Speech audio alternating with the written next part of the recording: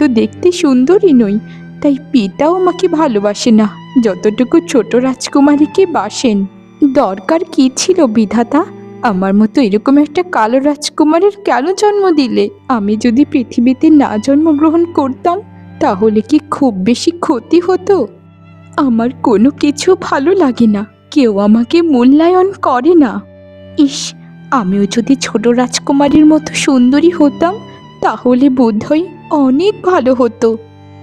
এ বিধাতা, তুমি আমাকে একটা কোনো পথ বলে দাও।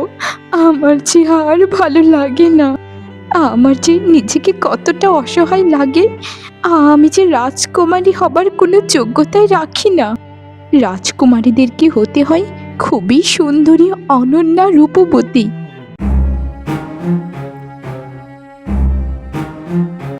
কি রে কালো রাজকুমারী, কি খবর তোর? এই বাগানে বসে বসে কি করছিস রে? তুই আর কি করবি বল?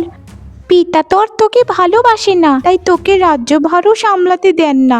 কিন্তু আমাকে দেখ, পিতা বলেছেন যে পরবর্তী রানী আমাকেই করবেন। তাই নাকি রে ছোট? তাহলে তো পিতা ভালোই বলেছেন। এটাই তো উচিত, কারণ তুই দেখতে সুন্দরী, যোগ্যতা সম্পন্ন, তোকে দিয়ে তুই রাজ্যপাঠ ভালো চলবে। আর আমাকে তো কেউ দামই দেয় না, আবার রাজ্যপাঠ। আসলেই তোর মনের কষ্টটা একটু হলেও বুঝতে পারি। কি আর করবি বল, কোন একটা চাষভুষো দেখে বিয়ে করে সংসার কর, এতেই তোর ভালো হবে। কারণ তোকে তো কোনো রাজকুমারও পছন্দ করবে না। রাজকুমাররা তো আমার মতো সুন্দরী রাজকুমারী চায়। কপালে যদি চাষাভুষো লেখা থাকে তাহলে আমি খুশি। আমার কপালটাই তো পোড়া, ছোটবেলা থেকে পরিবারের কোনো ভালোবাসা পাইনি, বিশেষ করে পিতার ভালোবাসা। আর আমাকে বোধহয় কোনো চাষাভুষো বিয়ে করবে না, কারণ আমি যে দেখতে কালো। আমি সবসময় তোর জন্য প্রার্থনা করি যেন তোকে একজন ভালো রাজকুমার বিয়ে করে। আমাকে আশীর্বাদ করতে হবে না রে, তুই নিজেকে নিজে আশীর্বাদ কর। তোর যা ছিরি, তোর যে কি হবে সেটা দেখার জন্য উদ্গ্রীব হয়ে আছি।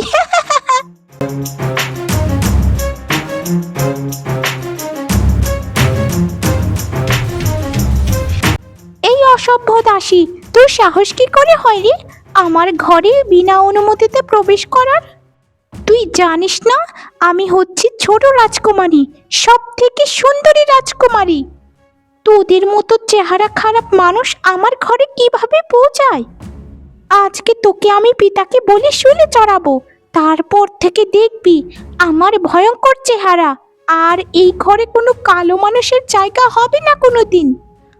আমাকে ক্ষমা করে দিন রাজকুমারী, আমার ভুল হয়ে গেছে। আর কোনো দিন আপনার ঘরে বিনা অনুমতিতে আসবো না। আমাকে ক্ষমা করুন রাজকুমারী। আমাকে আমাকে শুলে চড়াবেন না। আমার যে একটা নিষ্পাপ বাচ্চা আছে, আমার বাচ্চাটা যে অনাথ। তোর বাচ্চার কি হবে না হবে সেটা তো আমার দেখার বিষয় নয়। তুই অপরাধ করেছিস, তোর শাস্তি আজ তোকে পেতেই হবে। কারণ আমি ছোট রাজকুমারী, আমি কারো অপরাধ বরদাস্ত করি না। এখনই এখনই উঠে পড় বলছি, উঠে পড়। আপনার পায়ে পড়ে রাজকুমারী, আমাকে ক্ষমা করে দিন। আমার বাচ্চার দিব্যি খেয়ে বলছি, আমি আর কোনোদিন আপনার ঘরে কেন, আমি রাজপ্রাসাদে কাজ করব না। তুই আবার আমার মুখে মুখে তর্ক করছিস? তোর সাহস তো কম নয়। পিতা, পিতা, আপনি কোথায় গেলেন? তাড়াতাড়ি এদিকে আসুন, এর শাস্তি দিন। রাজকুমারী, এটা তুমি কি শুরু করেছো? এই দাসীর সাথে এরকম আচরণ কেন করছো? মাতা, এ আমার অনুমতি ছাড়া আমার কক্ষে প্রবেশ করেছে। আমি কতদিন আপনাদেরকে বলে দিয়েছি যেন কোনো কুৎসিত কোনো মহিলা আমার ঘরে প্রবেশ না করে। আমি এদেরকে একদম সহ্য করতে পারি না। আমি শুধু সৌন্দর্যকে ভালোবাসি, এরূপ কালো মেয়েদেরকে আমি একদম দেখতে পারি না। রানীমা, আমাকে দয়া করে সাহায্য করুন। আমাকে আমাকে ছোট রাজকুমারী বলেছে শুলে চড়াবে। আমি যে মরতে চাই না রানীমা। আমার ফুটফুটে একটা বাচ্চা আছে, আমার স্বামী নেই, আমার বাচ্চাটা অনাথ। ওকে ছেড়ে দাও রাজকুমারী, শুধু কালো রঙের বলে ওকে হত্যা করার তোমার কোনো অধিকার নেই। মানুষকে কালো বলে অপমান করাটা তোমার এখনো অভ্যেসে পরিণত হয়েছে। তোমার বড় বোনও তো কালো, কেন তোমার বোনকে কি আমরা ফেলে দিয়েছি?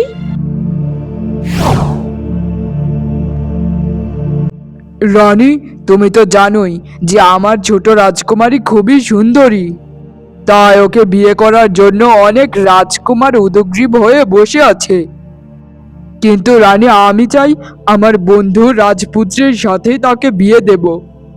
কিন্তু মহারাজ, বড় রাজকুমারীকে ছেড়ে কি ছোট রাজকুমারীকে বিয়ে দেওয়াটা ভালো দেখায়? আমরা আগে বড় রাজকুমারীকেই বিয়ে দিই, তারপর না হয় ছোট রাজকুমারীকে দেব।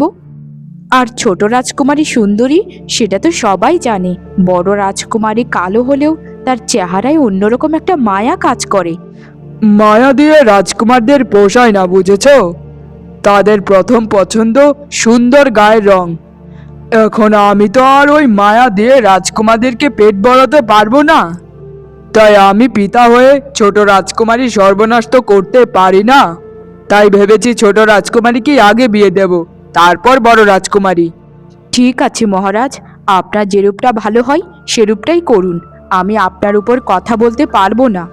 তবে একটা অনুরোধ রইল মহারাজ, বড় রাজকুমারীকে যদি ছোট রাজকুমারীর মতো একটু খেয়াল রাখতেন, তাহলে বুঝি মেয়েটা খুব খুশি হতো। না রানী, এটা কখনোই সম্ভব নয়। আমি কারো মন রক্ষা করে চলতে পারবো না। আমার যাকে ভালো লাগবে আমি তার সাথেই কথা বলবো। আর এই কালো রাজকুমারীর জন্য আমার রাজ্যের যত দুর্নাম। না হলে আমার ছোট রাজকুমার যদি শুধু থাকতো তাহলে কত ভালো হতো। কি আর করব মহারাজ, সবই বিধাতার খেলা। ঈশ্বর আমাদের বড় রাজকুমারীকে দান করেছেন, এখন তো তাকে মেরে ফেলতে পারবো না। এইসব বাদ দিন মহারাজ, এখন চলুন, রাতের খাবারের সময় হয়ে গেছে। ঠিক আছে রানী, চলো তাহলে।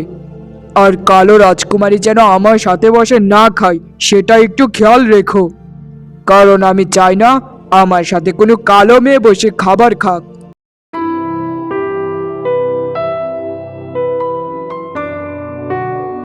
রাজকুমার অরুণ কুমার, তোমার বিয়ের সম্বন্ধ এসেছে সেই প্রতিবেশী রাজ্য থেকে, যিনি কিনা তোমার পিতার খুবই ভালো বন্ধু। সেই রাজ্যের রাজার ছোট রাজকুমারী খুবই সুন্দরী, তাই ওর সাথেই তোমার বিবাহ হবে। তুমি এতে কি রাজি আছো রাজকুমার? মাতা, আপনি তো জানেনই আমি ছোটবেলা থেকে সৌন্দর্যের কদর খুব কম দেই। আমি সব থেকে মনটাকে বেশি সম্মান করি। তাই আমি চাই আমার স্ত্রী যেন খুবই ভালো মনের মানুষ হয়। আমি হুটহাট কাউকে বিয়ে করতে পারবো না মাতা। আর মাতা, আমি তো যতটুকু জানি পিতার বন্ধু রাজার দুটো কন্যা।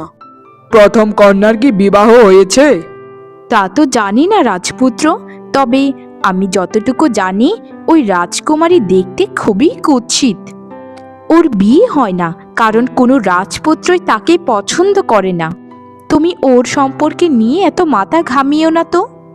আর আমিও চাই রাজপুত্র, তুমি যেন খুবই সুন্দরী একটা রাজকুমারীকে বিবাহ করো।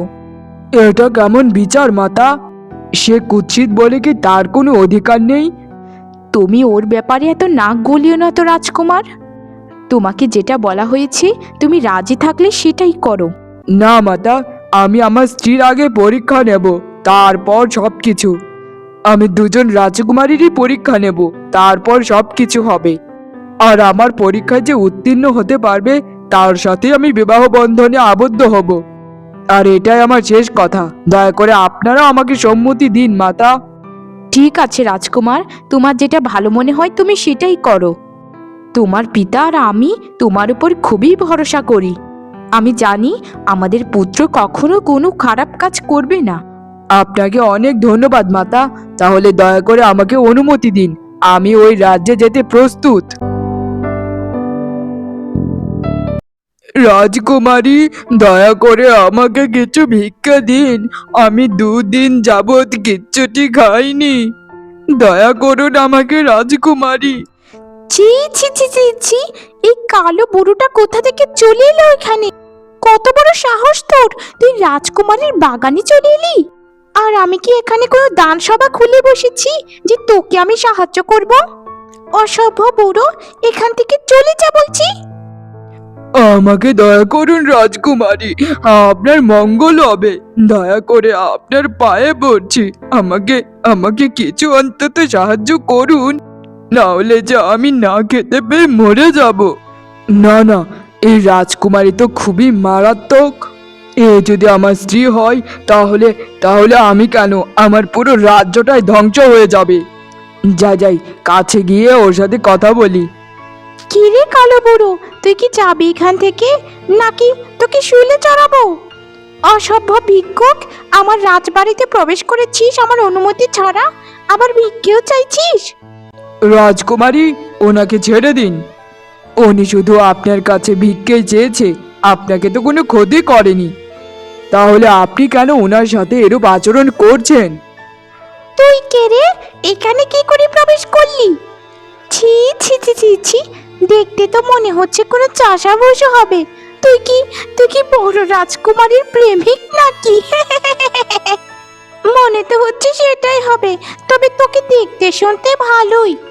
তবে ওই কালো মেয়েটাকে বিয়ে করিস না রে, তোর জীবনটা শেষ হয়ে যাবে। বাজে কথা বন্ধ করুন রাজকুমারী, আপনি তো দেখা যাচ্ছে খুবই বাজে একটা মেয়ে। না হলে আমি চাষাভুষো হতে পারি, তবে আমার সাথে এরকম আচরণ করা আপনার একদম ঠিক নয়। আর শুধু আপনি আমার সাথে নয়, ওই ভিক্ষুক বুড়ো বাবার সাথেও খুবই খারাপ আচরণ করছেন। সেটা কিন্তু আমি পুরোটাই নিজ চোখে দেখেছি। ওরে আমার রাজা রে, কিভাবে কথা বলছিস তুই, মনে হচ্ছে তুই এ রাজ্যের রাজা। ভাবটা তুই এমন নিচ্ছিস যেন তুই কোনো রাজকুমার। শোন, একটা কথা বলি, তোর চেহারাটা ভালো বলে তোকে আজকে ছেড়ে দিলাম, না হলে তোকে এক্ষুনি শুলে চড়াতাম, তুই যদি কালো হতিস। কেন, কালো মানুষ না হওয়াতে আমাকে ছেড়ে দিচ্ছেন কেন? কালো মানুষ কি মানুষ নয়? আর সৌন্দর্যের ভেতর কি আছে শুনি? সবাই তো রক্ত মাংসে গড়া মানুষ। আপনি তো দেখা যায় খুবই অহংকারী। চুপ কর হতচ্ছাড়া। শোন, আমি সৌন্দর্যকে সব থেকে বেশি ভালোবাসি।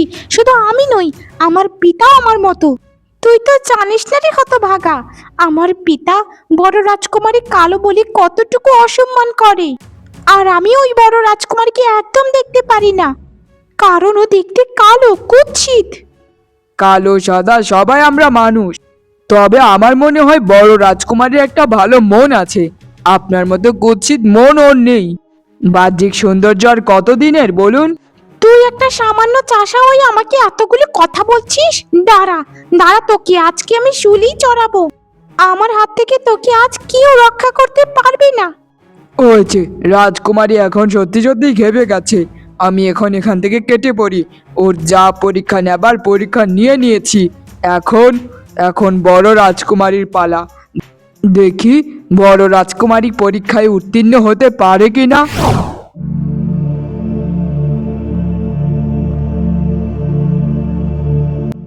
তোমার কাজ এখনো শেষ হয়নি। এখন তোমার কাজ হচ্ছে বড় রাজকুমারীর ভালো মতো পরীক্ষা নেওয়া। তুমি আগামীকালকেই বড় রাজকুমারীর কাছে যাবে এবং তার পরীক্ষা নেবে। আমি যেভাবে যেভাবে বলবো সেভাবেই করবে। রাজকুমার, ছোট রাজকুমারী আমার সাথে যে খারাপ আচরণ করেছে, জানি না বড় রাজকুমারী আমার সাথে কিরূপ আচরণ করবে। আমার তো খুবই ভয় করে রাজকুমার। আমি কি করব বলুন? তুমি কোনো চিন্তা করো না, তোমাকে আমি একটু টাকা বাড়িয়ে দেবক্ষণ। তুমি শুধু আমার কাজটা করে দাও, কারণ এটা আমার জীবনের প্রশ্ন। ঠিক আছে রাজকুমার, তাহলে আমি আগামীকালকে বড় রাজকুমারীর পরীক্ষা নিতে চলে যাব রাজপ্রাসাদে। আপনি দয়া করে আমার পেছনেই থাকবেন, না হলে যদি বড় রাজকুমারী আমাকেও মারে, তাহলে এই বুড়ো বয়সে এই দখল নিতে পারবো না রাজকুমার। আরে না না, ওরকম কিছু হবে না, আমার পুরো বিশ্বাস আছে।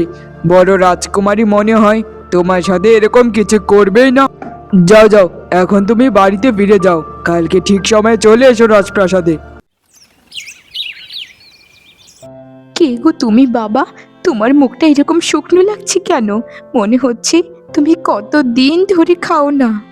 তুমি বলো না বাবা, তোমার কি হয়েছে? তোমাকে দেখে যে আমার মনের ভেতর জ্বর বইছে। কিছু কি দেবো তোমায়? কিছু কি লাগবে? বলো আমায়। ঠিক কথা বলেছেন রাজকুমারী। আমি 2 দিন যাবৎ কিচ্ছুটি খাইনি। আমার যে খুবই খিদে পেয়েছে। দয়া করে আমাকে কিছু একটা দিয়ে সাহায্য করুন রাজকুমারী। আপনাকে আপনাকে ঈশ্বর মঙ্গল করবেন। কত জায়গায় হাত পেতেছি, কেউ আমাকে কিচ্ছুটি দেয়নি। তোমাকে তোমাকে আমি কি দিই আমি? আমার যে কাছে কোনো টাকা পয়সা কিচ্ছুটি নেই।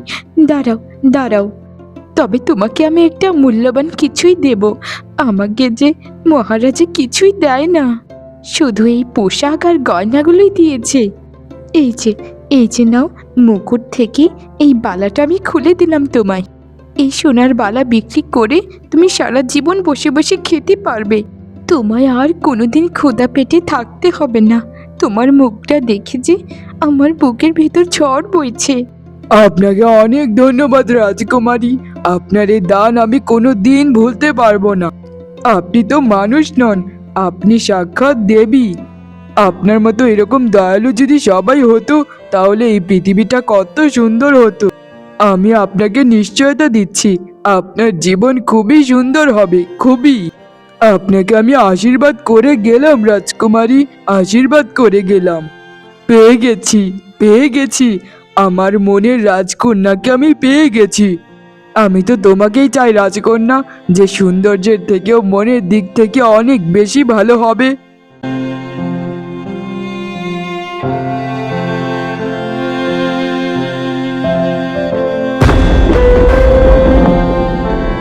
আরে, আপনাকে জানি কোথায় আমি দেখেছি রাজকুমার, কিন্তু মনে করতে পারছি না আমি কোথায় যেন দেখেছি। হয়েছে, আর আমাকে মনে করতে হবে না। আমি 2 দিন আগে রাজপ্রাসাদের বাগানে এসেছিলাম এবং আপনার সাথে আমি তর্কও করেছিলাম। মানে মানে ওই চাষাটা আপনিই ছিলেন? হাই হাই রে, আমি আপনাকে কেন চিনতে পারলাম না। আসলে আমি আপনাদেরকে পরীক্ষা নিচ্ছিলাম যে কার মনটা সব থেকে ভালো। আপনার পিতার আদেশ ছিল যেন ছোট রাজকুমারীকে বিয়ে করি, কিন্তু আমার তো স্বপ্ন অন্য কিছু ছিল। আমি ছোটবেলা থেকে গায়ের রংটাকে খুব বেশি প্রাধান্য দেই না, আমি ভালো মনটাকে বেশি প্রাধান্য দিই। এই পরীক্ষায় বড় রাজকুমারী জয় লাভ করেছে। কিন্তু রাজকুমার আমি তো খুবই কুৎসিত দেখতে। আমার মতো এরকম একটা কুৎসিত মেয়েকে আপনি কিভাবে বিবাহ করবেন? আপনার রাজ্যে যে কোনো মুখ দেখাতে পারবেন না। আমি চাই আপনি যেন আমার ছোট বোনকে বিবাহ করেন। আমার পেছনে শুধু শুধু সময় নষ্ট করবেন না। হ্যাঁ হ্যাঁ রাজকুমার, আমার বড় বোন একদম ঠিক কথাই বলেছে। আপনি আপনি আমাকে বিবাহ করুন। ওকে বিবাহ করার কোনো দরকার নেই। ও একটা কালো মেয়ে, ওকে বিয়ে করলে আপনার মান সম্মান কিচ্ছুটি থাকবে না। দয়া করে আমাকে বিয়ে করুন রাজকুমার, আমাকে বিয়ে করুন। তুই রাজকুমারকে বোঝা না রে, তুই রাজকুমারকে বোঝা, তাহলে রাজকুমার বুঝবে আমি যে রাজকুমারকে পছন্দ করে ফেলেছি। দয়া করে বল না রে বোন, তোর দুটো পায়ে পড়ি। না, আমি বড় রাজকুমারীকেই বিবাহ করব। এতে যাই হয়ে যাক না কেন, আপনার মতো এরকম একটা কুৎসিত মনের মানুষকে কখনোই বিবাহ করব না। তুই জিতে গেলি রে বোন, তুই জিতে গেলি, কিন্তু আমি অত সুন্দরী হয়েও হেরে গেলাম। আমি সুন্দরী ঠিকই ছিলাম, কিন্তু আমার মনটা ছিল কুৎসিত। কিন্তু দেখ, তোর মনে সৌন্দর্যের কাছে আমার নিজের সৌন্দর্য হেরে গেল। ভালো থাকিস তোরা, ভালো থাকিস।